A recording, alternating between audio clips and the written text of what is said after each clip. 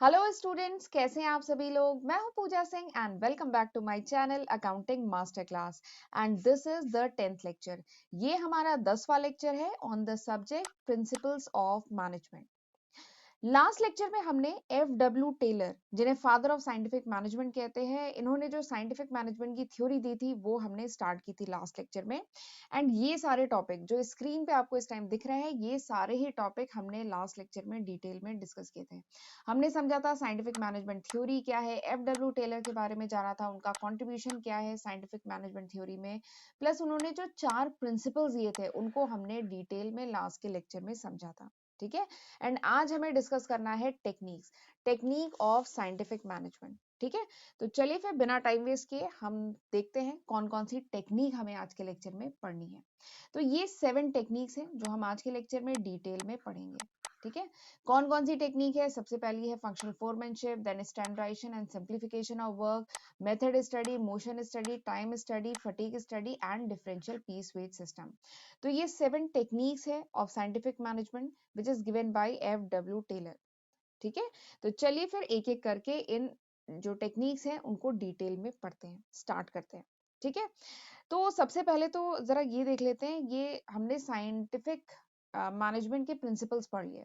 Principles मतलब सिद्धांत, यानी साइंटिफिक मैनेजमेंट के वो सिद्धांत है। तो ये 4 सिद्धांत हमने डिटेल में लास्ट लेक्चर में पढ़ लिया। तो ये है टेक्निक, आज हम पढ़ेंगे टेक्निक। तो टेक्निक का पर्पस क्या होता है? जो टेक्निक होती है it help in application of scientific principle. ये जो 4 हमने साइंटिफिक प्रिंसिपल जो लास्ट लेक्चर में पढ़े थे, अब इनको अप्लाई करना है ना, ऑर्गेनाइजेशन में, फैक्ट्री में इनको अप्लाई करना है। तो these techniques help in application of these principle. इन प्रिंसिपल को अप्लाई करने में ये जो 7 टेक्निक जो हम अभी पढ़ने जा रहे हैं, ये 7 टेक्निक हेल्प करती हैं। ठीक है। These technique help in application of this scientific principle. In scientific principle को अप्लाई करने में ये 7 टेक्निक हेल्प करती है। तो चलिए फिर बिना टाइम वेस्ट किए हम पहली टेक्निक स्टार्ट करते हैं। सबसे पहली टेक्निक क्या है? Functional foremanship. Functional foremanship. तो सबसे पहले तो समझते हैं कि फोरमैन कौन होता है। तो foreman is a lowest ranking manager. Foreman कौन होता है? लोएस्ट रैंकिंग मैनेजर होता है, या फिर कह लीजिए हाईएस्ट रैंकिंग वर्कर होता है। वर्कर की रैंकिंग में हाईएस्ट नंबर पे होता है और मैनेजर की रैंकिंग में लोएस्ट नंबर का जो पर्सन होता है उसको कहते हैं फोरमैन। ठीक है। और फोरमैन ही वो पर्सन होता है जो वर्कर, जो लोएस्ट लेवल के जो वर्कर्स होते हैं उनसे direct face to face contact में जो पर्सन होता है वो फोरमैन ही होता है। ठीक है। तो कह लीजिए फोरमैन एक बहुत इंपॉर्टेंट पोजीशन है, बहुत इंपॉर्टेंट पर्सन होता है किसी भी प्रोडक्शन प्रोसेस में, क्योंकि जो पूरा production process, planning process implement करना, कंट्रोलिंग करना, वो फोरमैन के आसपास ही घूमता है। ठीक है। तो फोरमैन एक बहुत इंपॉर्टेंट पोजीशन है। और टेलर ने कहा कि ये जो फोरमैन की जो परफॉर्मेंस है, फोरमैन का जो रोल है, फोरमैन की जो पोजीशन है वो बहुत इंपॉर्टेंट है, इसलिए उसे इम्प्रूव करने की जरूरत है। ठीक है। फोरमैन की जो पोजीशन है, फोरमैन की पोजीशन को इम्प्रूव करने की जरूरत है। और जो टेलर थे उन्होंने आइडेंटिफाई किया 8 इंपॉर्टेंट, कह लीजिए कैरेक्टरिस्टिक, 8 इंपॉर्टेंट क्वालिटीज जो एक फोरमैन में होनी चाहिए। ठीक है। इन्होंने देखा कि 8 इंपॉर्टेंट क्वालिटीज है जो किसी भी सिंगल पर्सन जो एक्ट करे, जिसका रोल हो फोरमैन का, उसमें ये 8 क्वालिटीज तो होनी ही चाहिए। बट जब टेलर ने देखा तो उन्हें कोई ऐसा पर्सन नहीं मिला जिसमें वो 8 क्वालिटीज हो। ठीक है। या तो देखिए कोई पर्सन प्रोडक्शन में अच्छा होगा या प्लानिंग में अच्छा होगा, कोई पूरे ही सारे जितने 8 फंक्शन इनको चाहिए थे टेलर को, 8 फंक्शन में कोई भी उन्हें ऐसा पर्सन नहीं मिला जिसमें वो 8 क्वालिटीज हो। तो फिर इसीलिए उन्होंने ये कॉन्सेप्ट दिया था फंक्शनल फोरमैनशिप का। ठीक है। इन्होंने क्यों कॉन्सेप्ट दिया था? क्योंकि इन्हें कोई ऐसा फोरमैन मिला ही नहीं, कोई ऐसा पर्सन मिला ही नहीं जिनमें वो 8 क्वालिटीज हो। 8 क्वालिटीज कौन सी है ये अभी मैं बताऊंगी आपको। ठीक है। फिर इन्होंने क्या कहा, ये फंक्शनल फोरमैनशिप में इन्होंने बात कही कि जो टास्क है, सुपरविजन का जो टास्क है, यानी वर्कर को जो सुपरवाइज करने का जो टास्क है, इसको डिवाइड करने की जरूरत है इनटू सेवरल स्पेशलाइज्ड फंक्शन। ठीक है। सबसे लोएस्ट लेवल पे जो वर्कर है उसको सुपरवाइज करना है, उसको गाइड करना है। ठीक है। प्रोडक्शन के बारे में उसको गाइड करना है। तो जो सुपरविजन का काम है इसको 8 इंपॉर्टेंट फंक्शन में डिवाइड करने की जरूरत है। एंड हर फंक्शन एक स्पेशलाइज्ड फोरमैन परफॉर्म करे। ये जो 8 फंक्शन है ना, ये 8 फोरमैन इस फंक्शन को परफॉर्म करे। और इन्होंने कहा था कि there should be a separation of planning and execution function, ठीक है। प्लानिंग और एग्जीक्यूशन को अलग अलग रखने की जरूरत है।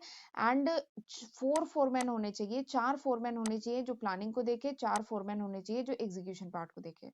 इन्होंने कहा था कि फैक्ट्री को डिवाइड करने की जरूरत है 2 डिपार्टमेंट में, एक प्लानिंग डिपार्टमेंट, एक प्रोडक्शन डिपार्टमेंट, ठीक है। और 4 फोरमैन हो जो प्लानिंग डिपार्टमेंट से रिलेटेड हो, और 4 फोरमैन हो जो प्रोडक्शन डिपार्टमेंट से रिलेटेड हो। और ये 8 फोरमैन मिलके किसको गाइड कर रहे हो? वर्कर, जो नीचे वर्कर है उसको गाइड करें, ठीक है। तो बेसिकली आप देख सकते हैं ये जो फंक्शनल फोरमैनशिप है, this is an extension of division of work. यहाँ पे टेलर वर्क को डिवाइड ही तो कर रहे हैं। जो फैक्ट्री में जो वर्कर को सुपरवाइज करने का जो पूरा काम है, ठीक है, इसको 8 स्पेशलाइज्ड फंक्शन में डिवाइड किया गया है। और ये जो स्पेशलाइज्ड फंक्शन है ये फोरमैन को असाइन किए जा रहे हैं, ठीक है। तो यानी टोटल 8 फोरमैन होंगे जो गाइड करेंगे, जो डायरेक्ट करेंगे वर्कर को, ठीक है। और अगर ये फंक्शनल फोरमैनशिप अगर एग्जाम में आता ही है, ये साइंटिफिक मैनेजमेंट थ्योरी बहुत इंपॉर्टेंट है, टेक्निक और प्रिंसिपल पूछे ही जाते हैं। तो अगर फंक्शनल फोरमैनशिप पूछा जाता है तो आप ये डायग्राम जरूर बनाएंगे। देखिए इसमें जो फैक्ट्री मैनेजर होता है, फैक्ट्री मैनेजर प्लानिंग के एस्पेक्ट को भी देखता है, प्रोडक्शन भी उसी के अंडर में आता है, प्रोडक्शन एस्पेक्ट को भी देखता है। प्लानिंग में मैंने बताया था, प्लानिंग के जो फंक्शंस हैं ये 4 फोरमैन इस फंक्शन को परफॉर्म करते हैं, ठीक है।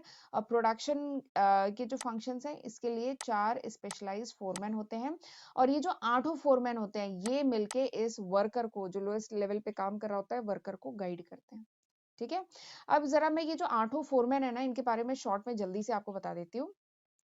सबसे पहला ये जो प्लानिंग डिपार्टमेंट का ये जो फोरमैन है, इसका नाम क्या है? Instruction card clerk. इसका काम क्या है? देखिए नाम से ही समझ में आ रहा है, इंस्ट्रक्शन कार्ड क्लर्क, यानी इसका काम है ड्राफ्ट करना instruction for the worker, worker के लिए इंस्ट्रक्शन ड्राफ्ट करना, ये पहले फोरमैन का काम है। दूसरा ये जो फोरमैन है ये क्या है? Root clerk. रूट क्लर्क का काम क्या है? To specify the route of production, यानी प्रोडक्शन का कौन सा रूट फॉलो करना है, कौन सा तरीका फॉलो करना है, उसके रिगार्डिंग गाइड करता है वर्कर को। तीसरा है टाइम एंड कॉस्ट क्लर्क, इसका काम है टाइम एंड कॉस्ट शीट को प्रिपेयर करना, ठीक है। अगला है डिसिप्लिनरी, यानी इसका काम है डिसिप्लिन देखना, इंश्योर करना जो वर्कर है और जो वर्कशॉप में जितने वर्कर काम कर रहे हैं वो डिसिप्लिन हो, ठीक है। ये देखना इसका काम है। तो ये 3 है फोरमैन जो प्लानिंग डिपार्टमेंट से रिलेटेड है। अगला जो है प्रोडक्शन से रिलेटेड, फिर 3 नहीं 4 है, 4 है जो प्लानिंग से रिलेटेड है। अगले जो 4 है वो प्रोडक्शन से रिलेटेड है। पहला कौन है? Speed boss. स्पीड बॉस का काम है इंश्योर करना timely and accurately completion of job, जो टास्क परफॉर्म होता है, हो रहा है, वो टाइमली और एक्यूरेटली हो, ये काम है स्पीड जॉब का, स्पीड बॉस का, ठीक है। मैं एक्चुअली ये मेरा तीसरा लेक्चर है, बैक टू बैक मैं 3 लेक्चर में आज मैंने रिकॉर्ड करने का सोच रही हूँ, तो ये तीसरा लेक्चर है इसलिए थोड़ा सा स्टैमर कर रही हूँ। अगला जो दूसरा फोरमैन है, ठीक है, उसका क्या फंक्शन है? उसका नाम है गैंग बॉस, ठीक है। और उसका फंक्शन क्या है? कि जो मशीनरीज हैं, जो टूल्स हैं, उनको रेडी रखे फॉर ऑपरेशन बाय वर्कर, जो वर्कर है वो ऑपरेशन परफॉर्म कर सके, उसके लिए मशीन्स एंड टूल को रेडी रखे, ये काम होता है गैंग बॉस का। रिपेयर बॉस क्या करता है? देखिए नाम से ही समझ में आ रहा है, रिपेयर बॉस यानी ये इंश्योर करता है कि प्रॉपर वर्किंग कंडीशन रहे, जो भी मशीन्स हैं, जो भी टूल है, वो प्रॉपर वर्किंग कंडीशन में रहे। अगर रिपेयर की जरूरत है तो रिपेयर करके उन्हें रेडी रखे ताकि वर्कर उनसे जल्दी काम प्रोडक्शन कर सके। अगला क्या है? इंस्पेक्टर। इंस्पेक्टर का काम है क्वालिटी चेक करना, ठीक है। जो वर्क हो रहा है उसकी क्वालिटी चेक करना, जो प्रोडक्ट मैन्युफैक्चर हो रहा है उसकी क्वालिटी चेक करना, इंस्पेक्शन करते रहना। तो ये 8 स्पेशलाइज फोरमैन है, ठीक है। ये 8 स्पेशलाइज फोरमैन है, 4 है प्रोडक्शन से रिलेटेड एंड 4 है प्लानिंग से रिलेटेड। और ये 8 मिलके क्या करते हैं? वर्कर को गाइड करते हैं और वर्कर फिर ढंग से प्रोडक्शन कर पाता है, ठीक है। तो this is functional foremanship, right. अब इसमें एक बहुत इंपॉर्टेंट बात बताती हूँ, आप ये देख सकते हैं कि ये जो फंक्शनल फोरमैनशिप है, this is just opposite of one principal which is given by Henry fuel. Henry Fayol ने 14 प्रिंसिपल दिए थे, हमने लास्ट लेक्चर में पढ़े थे, हेनरी फ्यूल ने 14 प्रिंसिपल दिए थे, ठीक है, डिटेल में हम पढ़ चुके हैं।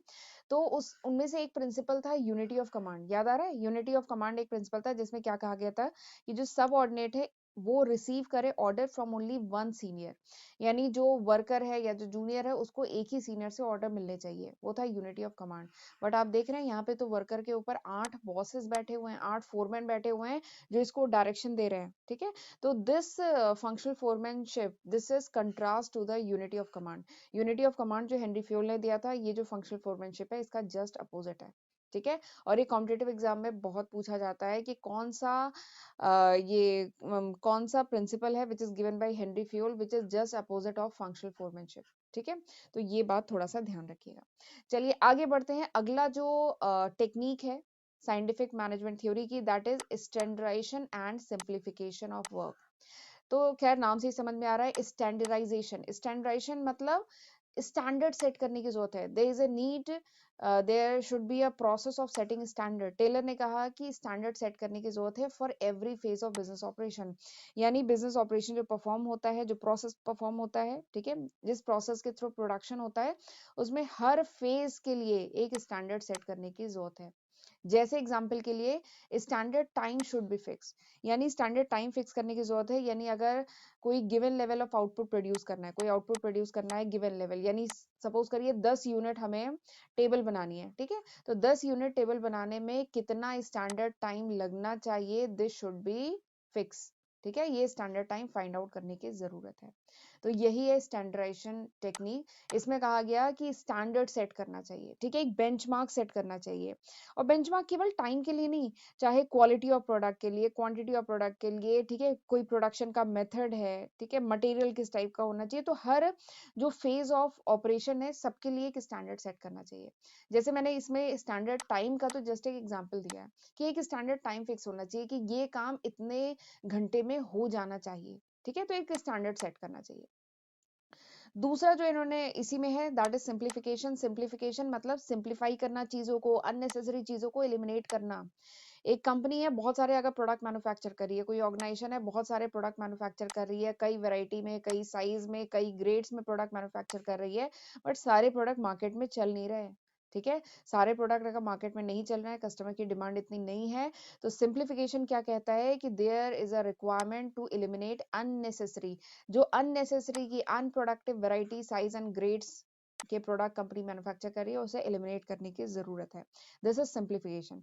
इसका फायदा क्या है? इसका फायदा ये है कि इससे इन्वेंट्री रिड्यूस हो जाएगी, ठीक है, कंपनी फोकस कर पाएगी। जो ऑर्गेनाइजेशन है, अगर कुछ प्रोडक्ट होंगे तो कंपनी उन पे फोकस कर पाएगी, उनमें नई नए इनोवेटिव आइडिया से उन प्रोडक्ट को और अपग्रेड कर पाएगी। ठीक है, तो एक है कि इन्वेंट्री रिड्यूस होगी, प्रोडक्ट पे फोकस कर पाएंगे, और जो इक्विपमेंट, जो मशीनरी है ऑर्गेनाइजेशन के पास, उसका फुल यूटिलाइजेशन हो पाएगा। ठीक है, और कॉस्ट सेव होगी, लेबर की कॉस्ट, ठीक है, मटेरियल की कॉस्ट, मशीन की कॉस्ट, ये सब सेव होगी। तो ये सब इसके बहुत सारे फायदे हैं। सिंप्लीफिकेशन बहुत इंपॉर्टेंट है, सिंप्लीफाई करने की जरूरत है, यानी अननेसेसरी चीजों को हटाने की जरूरत है।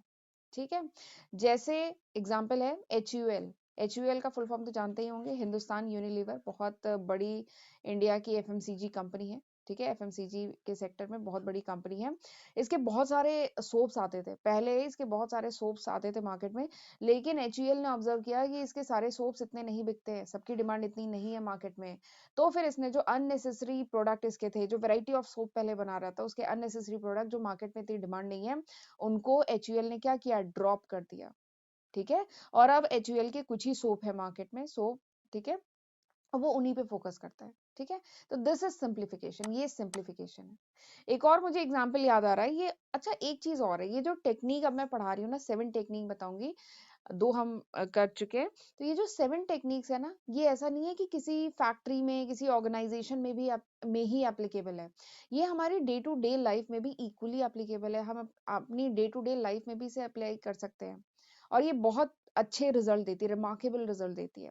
जैसे ये जो सिंप्लीफिकेशन है, सिंप्लीफिकेशन में एक एग्जांपल जैसे मुझे याद आ रहा है, आपकी स्टडी टेबल है, ठीक है, आप पढ़ाई करते हैं कि स्टडी टेबल है, ठीक है, और इस स्टडी टेबल पे हम क्या होता है, बहुत सारी चीजें, मेरी भी स्टडी टेबल है, हम बहुत सारी चीजें इकट्ठा कर लेते हैं। ठीक है, चाय पी उसका कप भी यहीं पे रखा है, और भी कुछ, मतलब मोबाइल का पावर बैंक भी रखा है, चार्जर भी रखा है, और भी कई मतलब इक्विपमेंट, इलेक्ट्रॉनिक इक्विपमेंट भी यहीं पे रखे हैं, पावर कॉर्ड भी यहीं पे रखा है, ठीक है, एक्सटेंशन बोर्ड भी यहीं पे रखा है, कई चीजें हम क्लटर कर लेते हैं अपने स्टडी टेबल पे।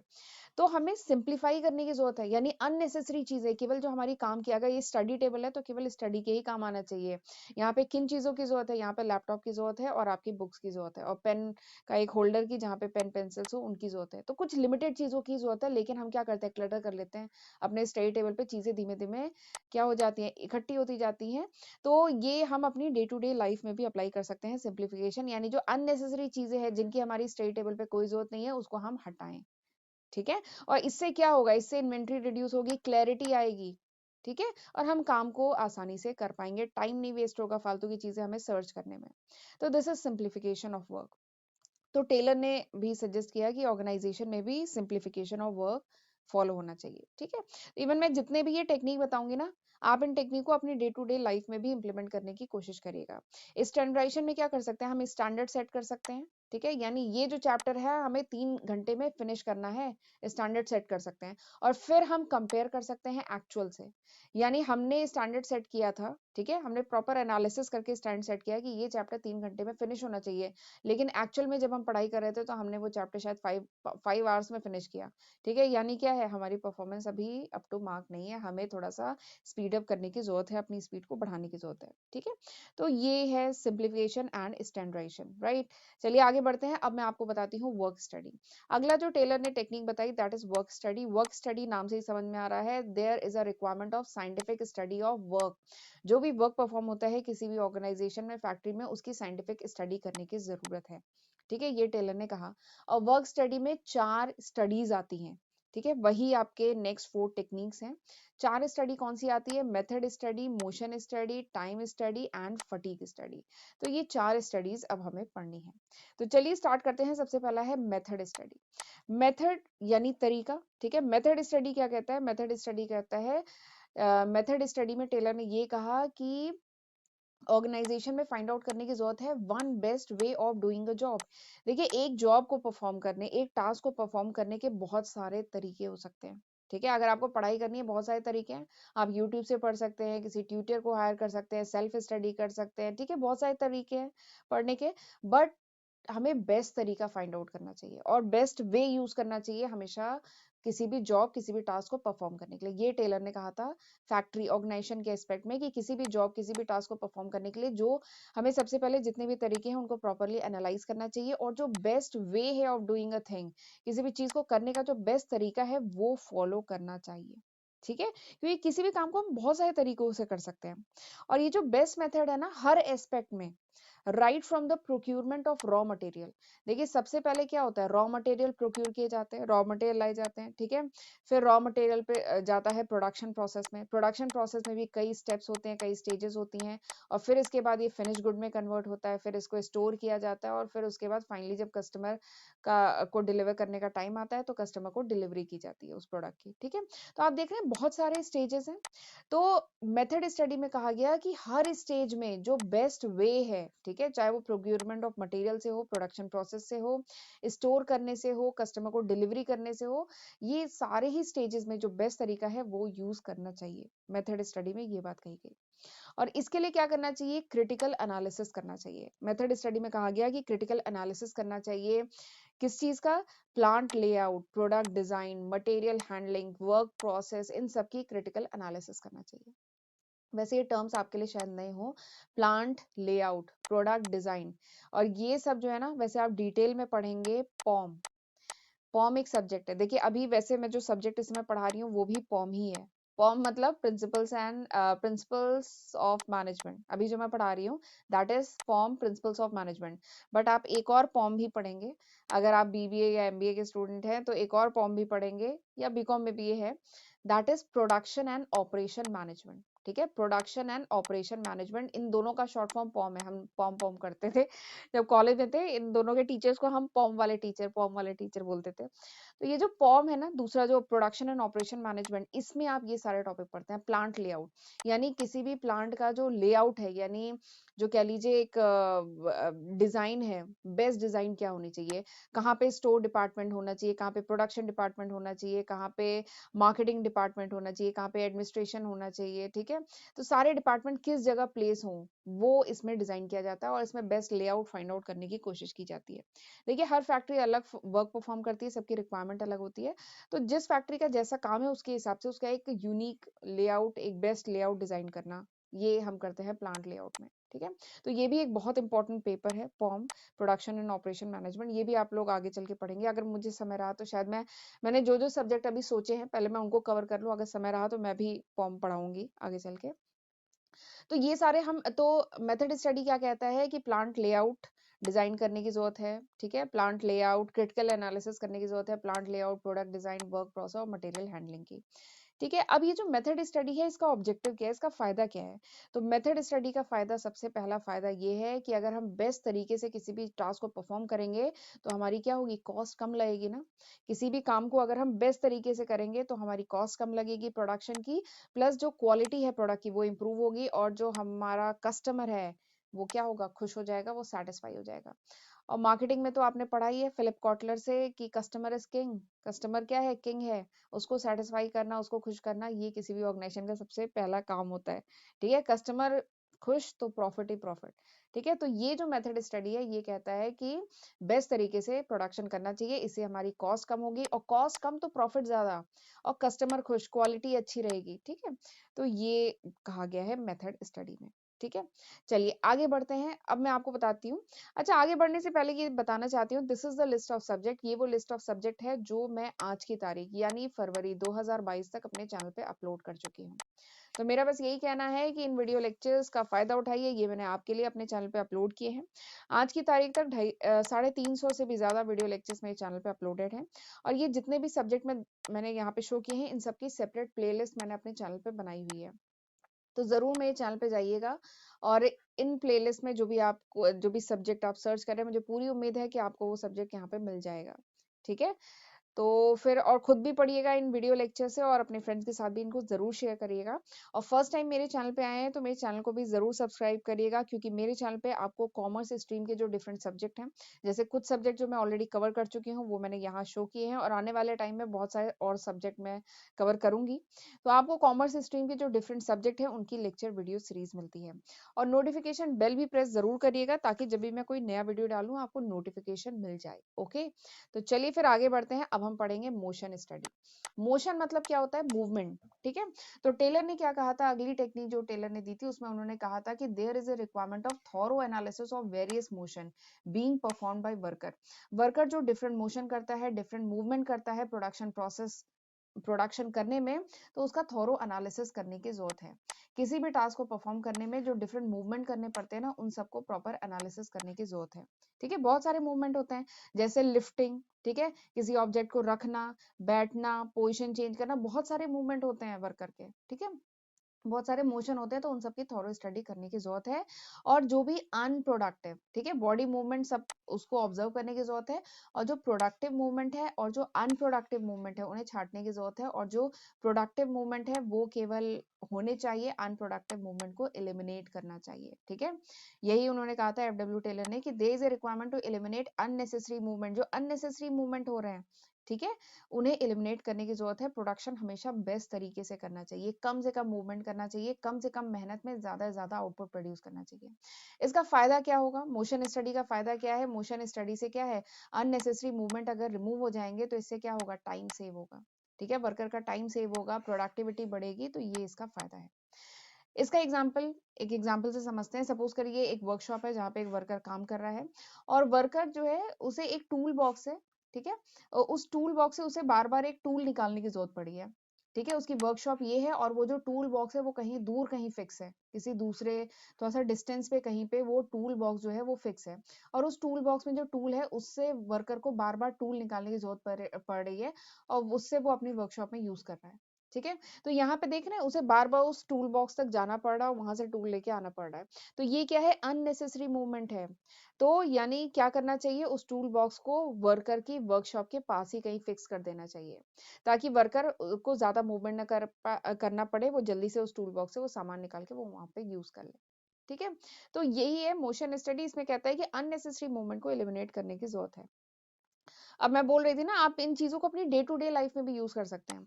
जैसे एग्जांपल लेते हैं, आपकी स्टडी टेबल है, ठीक है, आप स्टडी टेबल है, स्टडी टेबल पे हम क्या रखते हैं, जनरली हमारे लैपटॉप होते हैं, बुक्स होती हैं। ठीक है, अब अगर आप ग्रेजुएशन मास्टर्स के स्टूडेंट हैं तब तो आपके बहुत सारे सब्जेक्ट होंगे, एक एक सेमेस्टर में अब तो 8 सब्जेक्ट भी होते हैं। ठीक है, कम से कम 5 सब्जेक्ट, ज्यादा से ज्यादा 8-9 सब्जेक्ट होते हैं हर सेमेस्टर में।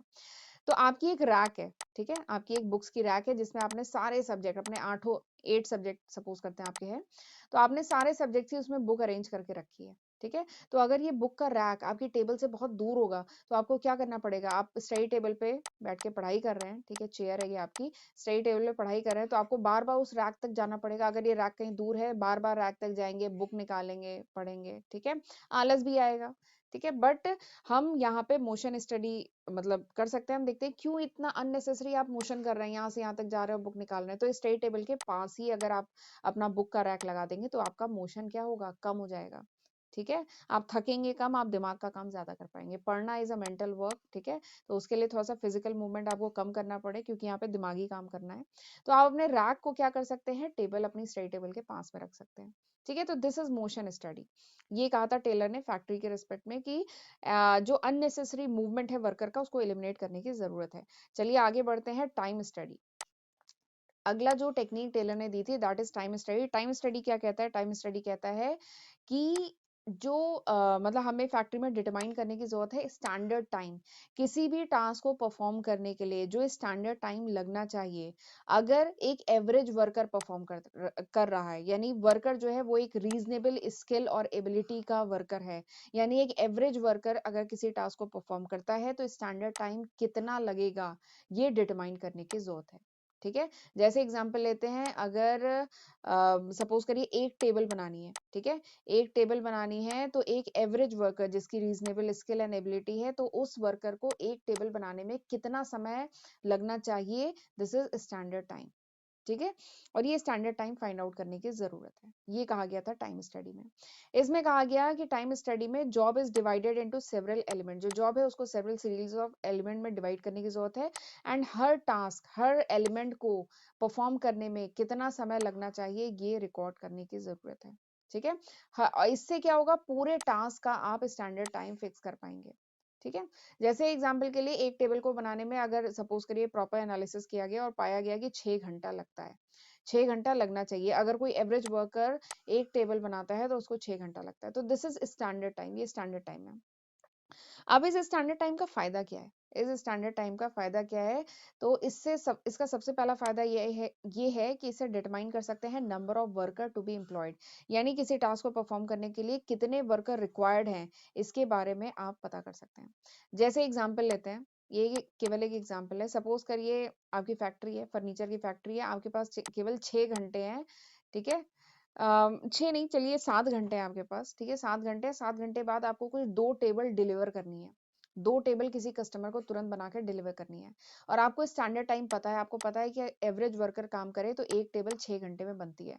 तो अगर 2 टेबल हमें डिलीवर करनी है, ठीक है, और हमारे पास केवल 6 घंटे, तो हमें पता है कि हमें 2 वर्कर काम पे लगाने पड़ेंगे, तभी हम डिलीवर कर पाएंगे। ठीक है, तो इसका फायदा, सबसे पहला टाइम स्टडी का फायदा ये है कि इससे हमें आइडिया लग जाता है कि हमें उस टास्क को करने के लिए कितने वर्कर चाहिए। ठीक है, इसका पहला बेनिफिट है। दूसरा क्या है, जो इंसेंटिव स्कीम है, ठीक है, इंसेंटिव स्कीम है, वो भी फ्रेम कर सकते हैं, वो भी डिजाइन कर सकते हैं। जो वर्कर उस स्टैंडर्ड टाइम से कम समय में काम फिनिश करता है, यानी वो वर्कर अच्छा परफॉर्म कर रहा है, वो वर्कर इफिशिएंट वर्कर है। जो वर्कर 6 घंटे से कम समय में, एग्जाम्पल है ये वाला, अगर वर्कर 6 घंटे से कम समय में वो टास्क फिनिश कर देता है, टेबल बना देता है, तो यानी वो इफिशिएंट वर्कर है, वो इंसेंटिव का हकदार है, उसे इंसेंटिव देने की जरूरत है। और जो वर्कर 6 घंटे के काम को 10 घंटे में कर रहा है, 8 घंटे में कर रहा है, यानी वो इनएफिशिएंट वर्कर है, उसे इंसेंटिव देने की जरूरत नहीं है। ठीक है, तो इंसेंटिव स्कीम को फ्रेम करने में हेल्प करता है, प्लस लेबर कॉस्ट को कैलकुलेट करने में हेल्प करता है।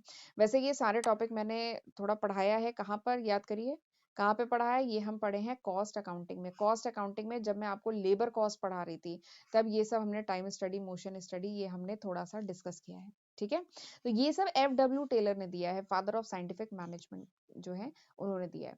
नेक्स्ट जो टेक्निक है given by FW Taylor is fatigue study. Fatigue study, देखिए फटीग मतलब होता है tiredness, tiredness from physical and mental work. देखिए कोई भी लगातार काम नहीं कर सकता है, फिजिकल वर्क हो चाहे मेंटल वर्क हो, चाहे दिमागी काम हो चाहे शारीरिक काम हो, अगर लगातार करते रहोगे तो क्या होगा, टायर्डनेस तो होगी, इट इज नेचुरल।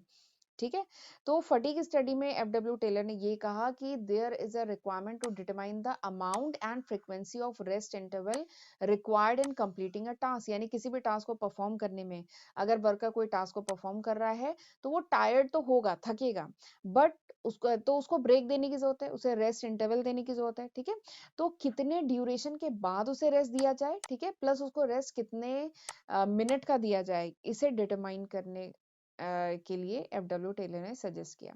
तो फटीग स्टडी में यही किया जाता है। फटीग स्टडी में स्टडी किया जाता है वर्कर के वर्क को और देखा जाता है कि देखिए यहाँ मैंने लिखा है ऑब्जर्व किया जाता है वर्कर को जब वो वर्क को परफॉर्म कर रहा हो, उसको ऑब्जर्व किया जाता है और नोट डाउन किया जाता है कि कब उसकी इफिशियंसी फॉल हो रही है, यानी कब वो थक रहा है, इसको नोट डाउन किया जाता है। तो उसके बेसिस पे डिटरमाइन करने की कोशिश की जाती है कि जब कोई वर्कर टास्क को परफॉर्म कर रहा है तो कितने घंटों के बाद उसे इंटरवल देने की जरूरत है, कितने आवर्स के बाद उसे इंटरवल यानी ब्रेक देने की जरूरत है और ये ब्रेक कितने मिनट का होना चाहिए। ठीक है, तो ये हम फटीग स्टडी में करते हैं और इसी के बेसिस पे फैक्ट्रीज में जो लंच आवर होता है, ठीक है, वो इसी के बेसिस पे या जो बीच के ब्रेक होते हैं वो इसी के बेसिस पे फटीग स्टडी के बेसिस पे डिजाइन किए जाते हैं। ठीक है, तो इसमें इन्होंने एफडब्ल्यू टेलर ने कहा था कि ब्रेक जरूरी है, ये जो रेस्ट इंटरवल है ये जरूरी है क्योंकि इससे क्या होता है वर्कर जो है जिसने अपना जो स्टेमिना काम कर करके जो थक गया है, जिसने अपने स्टेमिना को लूज कर दिया है वो फिर से रीगेन कर पाता है, फिर से एनर्जी के साथ काम कर पाता है अगर उसको बीच में ब्रेक दिया जाए तो। ठीक है, और फिर से प्रोडक्टिवली वो ऑर्गेनाइजेशन के लिए काम कर पाएगा। तो दिस इज फटीग स्टडी।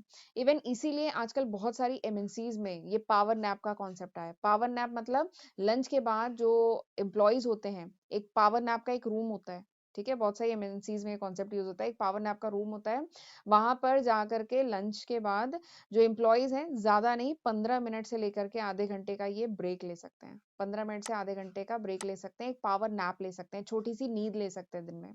ऐसा रिसर्चेस में पाया गया कि एक पावर नैप के बाद जो है वर्कर की जो प्रोडक्टिविटी है वो मतलब काफी इंप्रूव हो जाती है, एक रिमार्केबल इंप्रूवमेंट देखने को मिलता है।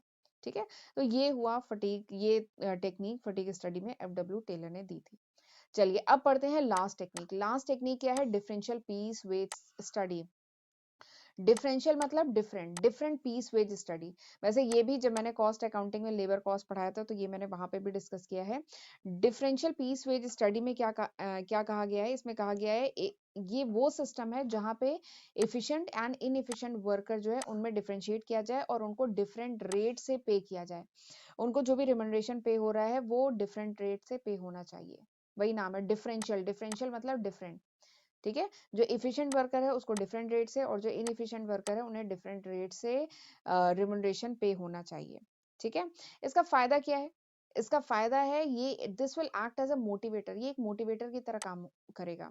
जो इफिशिएंट वर्कर है वो और ज्यादा मोटिवेट होगा और अच्छा काम करने की कोशिश करेगा और जो इनएफिशिएंट वर्कर है वो कोशिश करेगा कि वो इफिशिएंट वर्कर की कैटेगरी में आ जाए। Plus it is a scope of extra earning, एक एक्स्ट्रा अर्निंग का सोर्स है। ठीक है, अगर डिफरेंशियल जो अगर आप ज्यादा कमाना चाहते हैं तो आप एक्स्ट्रा काम करिए। ठीक है, ये हमारी नॉर्मल लाइफ में भी तो एप्लीकेबल है। आप अगर ज्यादा कमाना चाहते हैं लाइफ में, ठीक है, खैर अभी तो आप स्टूडेंट हैं, ठीक है, अभी जब जॉब में आएंगे अगर ज्यादा कमाना चाहते हैं तो ज्यादा काम करना पड़ेगा, अपने आप को एफिशिएंट बनाना पड़ेगा। ठीक है, ऐसा भी नहीं है ज्यादा काम करना पड़ेगा, कम इनपुट में ज्यादा आउटपुट देना पड़ेगा आपको। ठीक है, स्मार्ट वर्क का टाइम आ चुका है। हार्ड वर्क तो करना ही है बट साथ में स्मार्ट वर्क भी करना है। ठीक है, तो ये एक एक्स्ट्रा अर्निंग का सोर्स भी है। ठीक है, और इंसेंटिव जो इंसेंटिव है this is directly link with productivity, ये प्रोडक्टिविटी से डायरेक्टली लिंक है, यानी जो वर्कर जितना ज्यादा प्रोडक्टिव वो वर्कर उतना ज्यादा इंसेंटिव पाएगा। तो इसमें एफडब्ल्यू टेलर ने कहा था कि दो रेट इन्होंने फिक्स किए थे, एक हाई वेज रेट और एक low wage rate. High wage rate किसको मिलेगा? इफिशिएंट वर्कर को मिलेगा, जो ज्यादा प्रोडक्शन करे as compare to standard output. जैसे एग्जांपल था ना, स्टैंडर्ड आउटपुट अगर है कि 1 घंटे में 10 यूनिट प्रोड्यूस होने चाहिए, ये है स्टैंडर्ड आउटपुट। ठीक है, तो जो वर्कर 1 घंटे में 10 यूनिट से ज्यादा का प्रोडक्शन करेगा, ठीक है, वो हो गया एफिशिएंट वर्कर और उसको हाई वेज रेट के हिसाब से पेमेंट होना चाहिए। और वो वर्कर जो 1 घंटे में 8 यूनिट या 7 यूनिट ही बना रहा है, यानी स्टैंडर्ड यूनिट से कम यूनिट प्रोड्यूस कर पा रहा है, वो क्या हो गया? इनएफिशिएंट वर्कर, उसको लो वेज से पेमेंट होना चाहिए। ठीक है, तो ये बात इन्होंने एफडब्ल्यू टेलर ने ये टेक्निक दी थी, सेवेंथ टेक्निक। ठीक है, तो इससे क्या होता है, जो इफिशिएंट वर्कर है वो सुटेबली रिवॉर्ड हो पाता है। आप अच्छा काम कर रहे हैं लेकिन अगर आपको रिवॉर्ड ना मिले तो क्या होता है? डीमोटिवेशन होता है। तो एफडब्ल्यू टेलर ने ये जो टेक्निक दी थी इससे जो इफिशिएंट वर्कर है उसको रिवॉर्ड मिलेगा और वो और ज्यादा मोटिवेटेड होगा और ज्यादा काम कर पाएगा। ठीक है, तो this is differential piece wage system. तो ये थी आखिरी और सातवीं टेक्निक साइंटिफिक मैनेजमेंट की। और इसी के साथ हमारा जो साइंटिफिक मैनेजमेंट थ्योरी का पूरा टॉपिक था वो इसी के साथ फिनिश होता है। और अब हम लोग अगले लेक्चर में पढ़ेंगे planning. Planning is the first function of management. Management के हमने 5 फंक्शन पढ़े थे ना, तो सबसे पहला फंक्शन क्या था? प्लानिंग था। तो अब मैं अगले लेक्चर में प्लानिंग स्टार्ट करूंगी। ठीक है?